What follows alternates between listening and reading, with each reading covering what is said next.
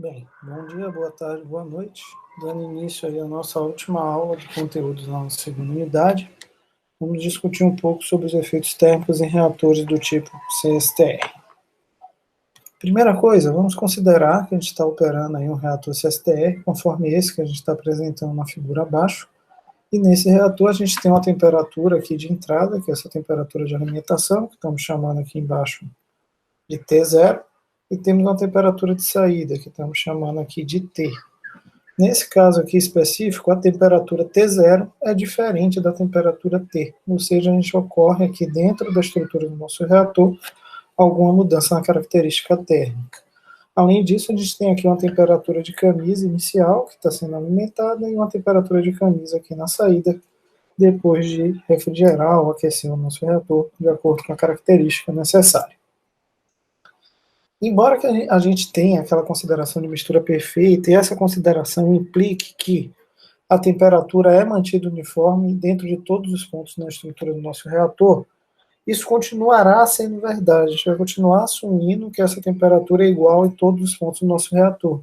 Mas isso não quer dizer que a temperatura da corrente de entrada seja igual à temperatura da corrente de saída, que é o caso desse ponto específico que a gente está estudando, tá? A gente tem uma mudança de temperatura, essa mudança de temperatura continua ocorrendo instantaneamente. Quando a mistura reacional entra no seio do fluido do nosso reator, ocorre uma modificação da temperatura, para mais ou para menos. E isso ocasiona que a temperatura de saída é diferente da temperatura de entrada.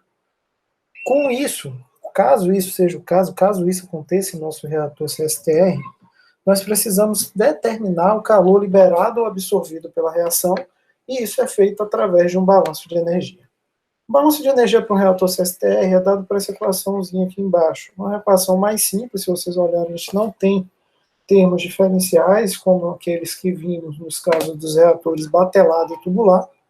E aqui a gente verifica que a taxa de calor é igual a vazão molar aqui do componente limitante inicial, que multiplica o ΔH de reação na temperatura inicial, multiplica a variação da conversão do nosso reator CSTR, aqui da final vezes inicial, dividido por menos o coeficiente estequiométrico, mais aí o somatório da contribuição de CPs, né, vazão de cada uma das correntes finais, que multiplica a integral de T0 a TF de CPI TT.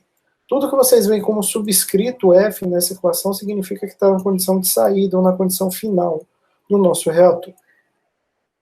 Para esse caso aqui em específico dos reatores CSTR, a gente pode operar a reação adiabática, né? E fazer na nossa operação adiabática a taxa de calor é zero, então toda alteração aqui que ocorre devido à variação de calor tem como resposta a mudança na temperatura do nosso reator. Então, vamos considerar aqui essa equação, a equação básica do balanço de energia. Vamos considerar agora aquele estudo similar ao que a gente fez para os reatores tubulares, um estudo de estabilidade e sensibilidade aí, para reatores CSTR operando reações exotérmicas, assim como foi nos reatores tubulares. Vamos considerar o mesmo CSTR que a gente considerou no início da aula, tá? A gente tem aqui uma temperatura de entrada diferente da temperatura de saída, em decorrência da existência de uma reação química no nosso sistema reacional. A gente vai considerar que esse reator está operando uma reação exotérmica, ou seja, a reação libera calor para o reator. E ela deve trocar calor aí com um fluido refrigerante. Esse fluido refrigerante tem a função, né, que a temperatura do nosso sistema permaneça constante, a temperatura T. A gente vai assumir que a troca de calor é suficientemente alta para manter a parede do reator a temperatura TC. Sendo isso verdade, a gente vai escrever que o termo de troca de calor, aqui a taxa de troca de calor é igual a HT menos TC, que é o calor removido no nosso reator, que por sua vez é igual a VC, CP de C, TC menos TC0, que é o calor sensível aí, que foi trocado por fluido com o fluido refrigerante. Lembrando que VC é a vazão volumétrica do nosso fluido refrigerante e CPC é a capacidade calorífica do fluido refrigerante, sendo que ambos não são função da temperatura. Se a gente pegar esses dados e traçarmos aí curvas de calor retirado e calor gerado, as curvas terão essas características aqui da figura abaixo, tá? Essas curvas elas têm diferentes angulações como função aí das temperaturas diferentes que a gente está aplicando no sistema, e as curvas de calor gerado têm uma variação aqui, aumentando esse deslocamento de acordo com o aumento do tempo espacial e variando de acordo com a temperatura de operação. Ao plotar essas curvas no mesmo gráfico, se a gente sobrepor as curvas de calor retirado em relação ao calor gerado em um gráfico de calor por temperatura, então, a gente vai verificar que a gente tem basicamente três formas, a gente tem três tipos de curva possível, a curva 1, a curva 2 e a curva 3. Aqui, se a gente observar, na curva 1, a gente tem apenas uma solução possível, que seria essa daqui, onde a curva de calor retirado se encontra com a curva de calor gerado. O mesmo ocorre com a curva 3, apenas uma solução possível, onde a curva de calor retirado se encontra com a curva de calor gerado. Mas a gente tem três soluções possíveis aqui na curva 2, ou seja, temos três pontos onde o calor retirado se iguala ao calor gerado. Nesse caso, para a solução 2, a gente tem que começar a iniciar verificando qual dessas possíveis soluções, 1, 2 e 3, apresentam estabilidade, ou seja, são soluções estáveis. Por exemplo, se a gente pegar esse estado estacionário 1 e elevarmos a temperatura, a gente vai verificar que o calor retirado é maior que o calor gerado e o reator vai retornar ao nosso ponto 1. De forma análoga, se a gente diminuir a temperatura, o calor gerado vai ser maior que o calor retirado e o reator também vai retornar ao ponto 1. Na prática, isso significa dizer que esse ponto 1 é estável. Por quê? Porque pequenas perturbações na posição ali, na redondeza do ponto 1, resultam em um retorno do reator ao estado estacionário correspondente ao ponto 1. Se a gente fizer aí a mesma coisa, as mesmas alterações no ponto 3, a gente vai verificar que também ocorre essa mesma tendência. Se a gente aumentar a temperatura, a gente tende a voltar ao ponto 3, se a gente diminuir a temperatura, a gente tende a voltar ao ponto 3. Então, o ponto 3, assim como o ponto 1, também é um ponto estável.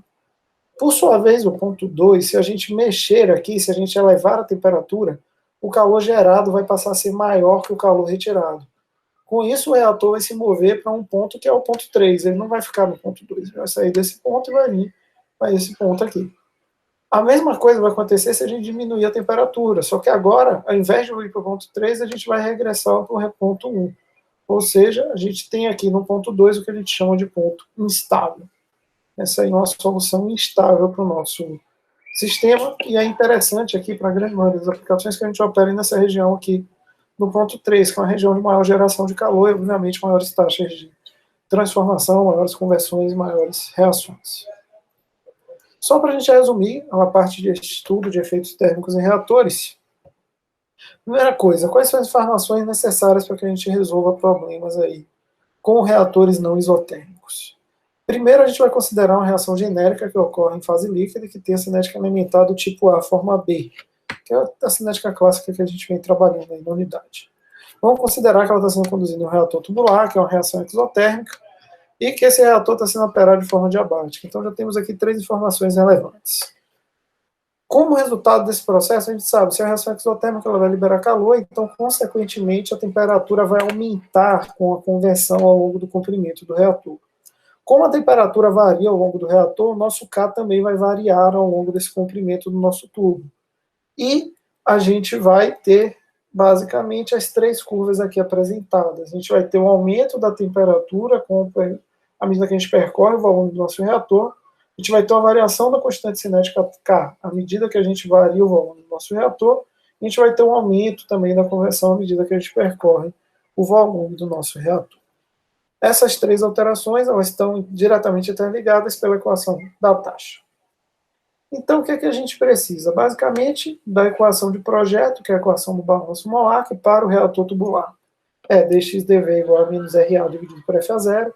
Precisamos da lei de velocidade para essa reação menos RA igual a KCA, considerando que ela seja elementar. Precisamos lembrar da existência da equação de Arrhenius para representar a dependência da constante K com a temperatura.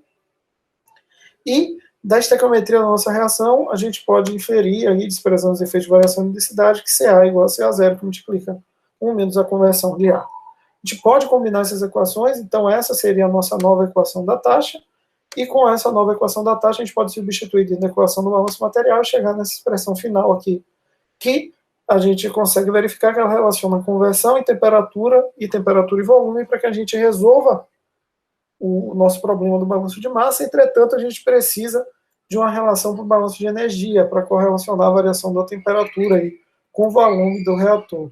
Essa correlação, aqui, para esse caso específico, a gente consegue isolar a temperatura aqui, como a decorrência aqui da variação do ΔH de reação e da conversão, claro, com a dependência da temperatura inicial e da capacidade calorífica do sistema. Então, feita todas as simplificações que a gente está correlacionando aqui, a gente consegue isolar uma equação para a temperatura do balanço de energia, determinar essa temperatura, a gente consegue determinar a constante cinética K e resolver o nosso problema para uma determinada conversão.